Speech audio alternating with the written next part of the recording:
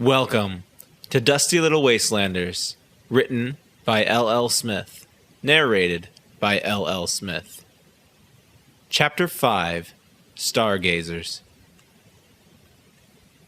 My eyes remained vigilant all night. I watched the savages eat, party, and laugh. I watched them sleep.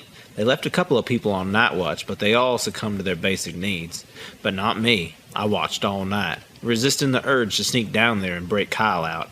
I'd screwed things up enough so far, so I knew better than just take my chances. But it was hard to know when was the right time. The right time was a mighty fickle thing. One person's right time was the next person's worst. Kyle sure seemed savable at one moment, but he could be more or less so in the future. There was no telling, and it drove me nuts. But if I jumped down there and got caught, then that was it. We were done. Unless Donald decided to pull through for us both. I found that unlikely. But I'd never been to Hillville, and trying to rescue my brother in unfamiliar territory seemed just as scary as ambushing a group of sleeping goons. I had to make my choice that night, and I chose to chance it in Hillville. I'd reckoned my eyes mostly fixed on Kyle all night. I watched him to the point of obsession. I wondered whether he could sleep. It sickened me to see him all chained up and bagged like that. I couldn't imagine sleeping like that neither. Knowing that he mostly couldn't sleep helped to steer me straight onto the all-nighter path myself. It didn't feel right resting up knowing full well my brother couldn't. I wanted him to sleep, to escape to some far-off dream, a dream of whatever, so long as he could achieve some level of happiness, if even for a short length of a falsehood. Any sort of dream that would carry him until he was back in my arms, that's what I wanted him to experience. Despite my urges, I made it through the night. It was no good reading the sky, but I reckon the thugs began to stir just before sunrise. They left all their filth in the desert, and they didn't concern themselves with cleaning it up, neither. They saddled their carriages, and those who had the privilege to ride hopped on. The remaining thugs crowded into their wagons with their haul. I nudged my party awake. I was greeted with hazy frowns for good mornings, but I kept on shoving away. I knew we weren't catching their carriages once they got galloping, so I needed us to catch a head start just to keep up. Despite my hardest shoves, TM wasn't making any effort to greet the new day, while Donald greeted it with a grumpy growl. I was less willing to waste water on TM like Kyle was, but at least I had a last resort. "What?" Donald said between blinks. "They're on the move." I started to pack up our stuff. "It's not even morning," Donald moaned. "Nope," I said, "but they're moving just the same." Donald looked down over the dune, satisfied by what he saw, and began to help me pack up. TM was sleeping in a trance. I tried everything short of hurting him again to get him to stir, but he slept right through it. Donald and I didn't have much time to fuss with TM any further, nor did we have Kyle's patience when dealing with TM. We needed to get a head start on the captors before they struck their carriages. There was no way the three of us could keep up with 12-hooved beasts of Holland. It'd be back to tracking if we missed this head start. Donald heaved TM into his arms, and I relieved him of his backpack. We looked onto the traders one last time before walking into the sunrise. It was an uncomfortable situation walking theoretically beside Kyle's captors. There was just one tall dune between them and us. We didn't dare check the other side of the dune once we started our walk. However, the dune was going to dip at some point, and we'd no longer be able to hide behind it. I'm sure Donald was already thinking about this, but we needed a plan. There wasn't many wastelanders around, so we'd stick out like a goose in a pig's pen. No guarantee what they'd do to us, but being sold into slave labor ourselves wasn't out of the question, I'm sure. At least then I'd be reunited with Kyle. We could escape the slave life together. I preferred my freedom if I could keep it, but I would give it up as a means to retrieve Kyle. There was also the chance that they'd just kill us. That wasn't a risk worth taking.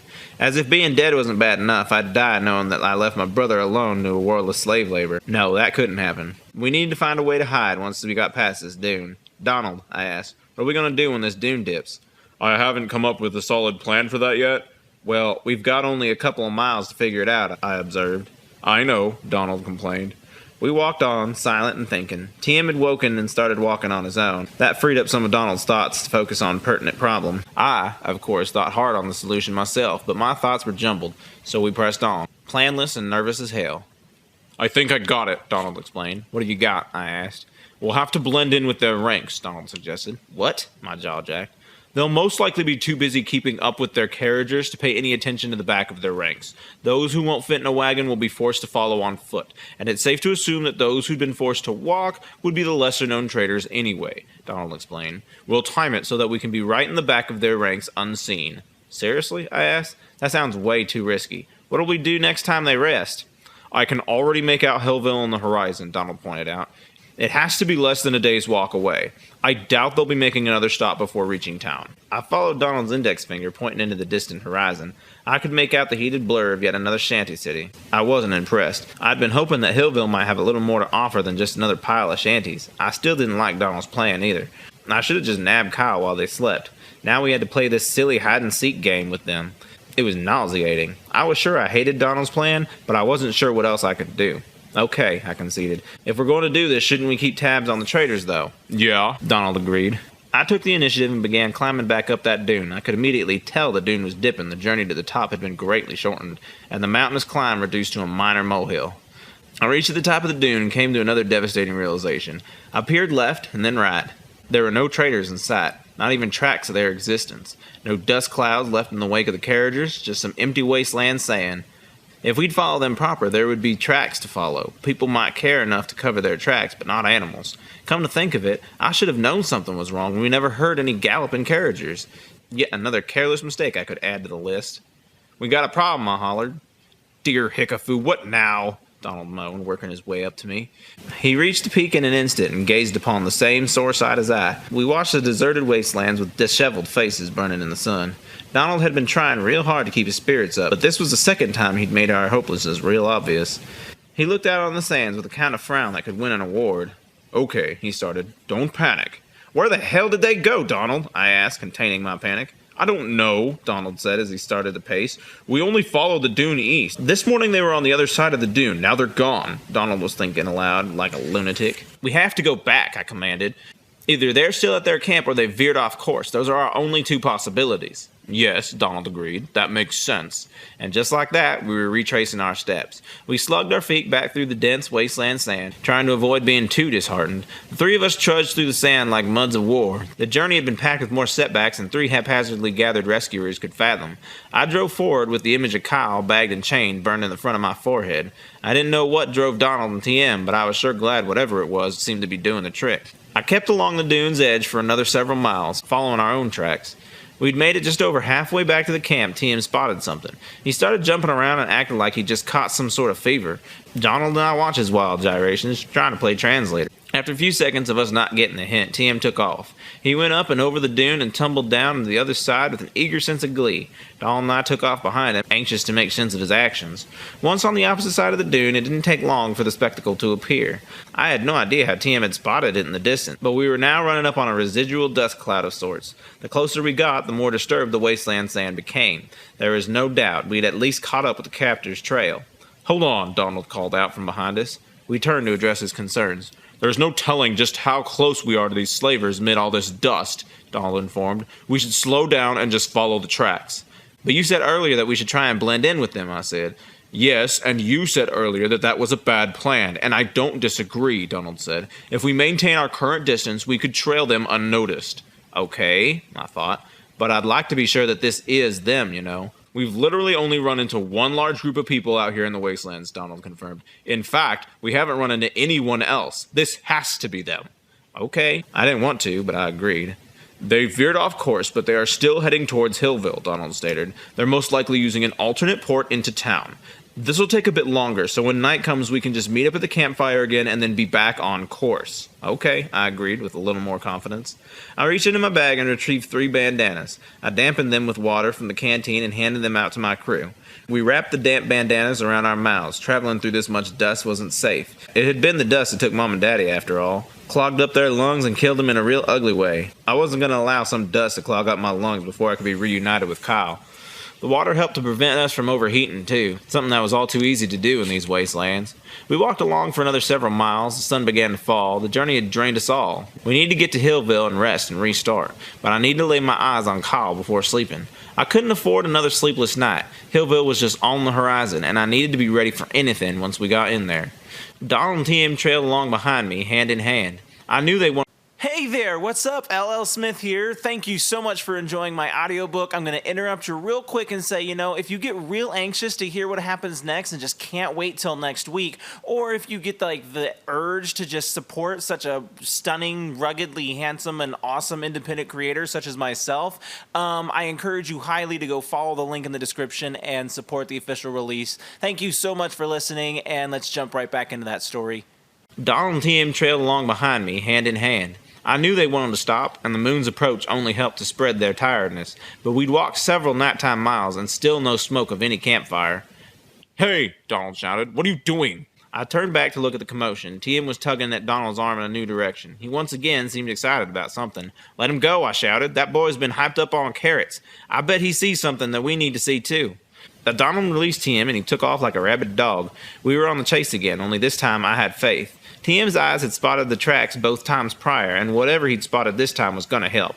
He wasn't sending us too far away from the tracks and just slightly to their left. We hadn't even run a mile before I could see the glorious sign of hope. There in the sky, a beautiful cloud of smoke plumed by the nearby campfire. TM had led us to a strange treasure yet again. We learned our lesson from the last time and stopped running and got close to the ground. There was no cover. We were bound to pop up on their camp any second. But I needed visual confirmation.